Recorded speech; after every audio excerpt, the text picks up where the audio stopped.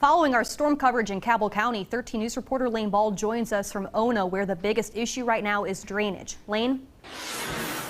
That's right, Haley. Now, as you can see behind me across the road and into the creek, there are a couple downed trees. A lot of the added debris causing backups in areas like Ona, West Virginia, were not caused by recent storms. In an effort to prevent property damage, some residents are putting in the extra work to fix these issues.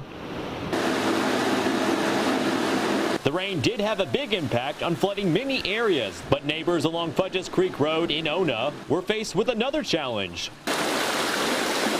Limbs that were broken off during the ice storms have been washing down creeks and causing blockages. Ona resident Jeff DAILEY says he and his two sons were cleaning out the culvert in front of their home, and that they found much more than tree limbs. We've got pieces of wire, we got pieces of the power poles and whatnot, and they was washing down the clogging up culverts. In an effort to clean out all the debris, one of DAILEY's sons went down into the culvert while the other stayed back in order to pull him to safety if necessary. Once they reinforced a chain around a portion of the tree limbs, they then hooked it to a truck and began pulling out large piles of debris.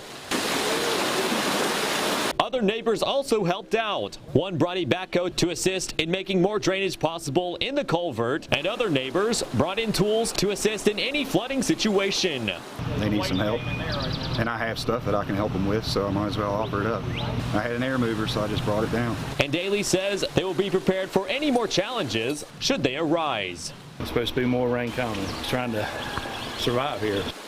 Now we'll have more updates on weather coverage both on air and online at WOWKTV.com.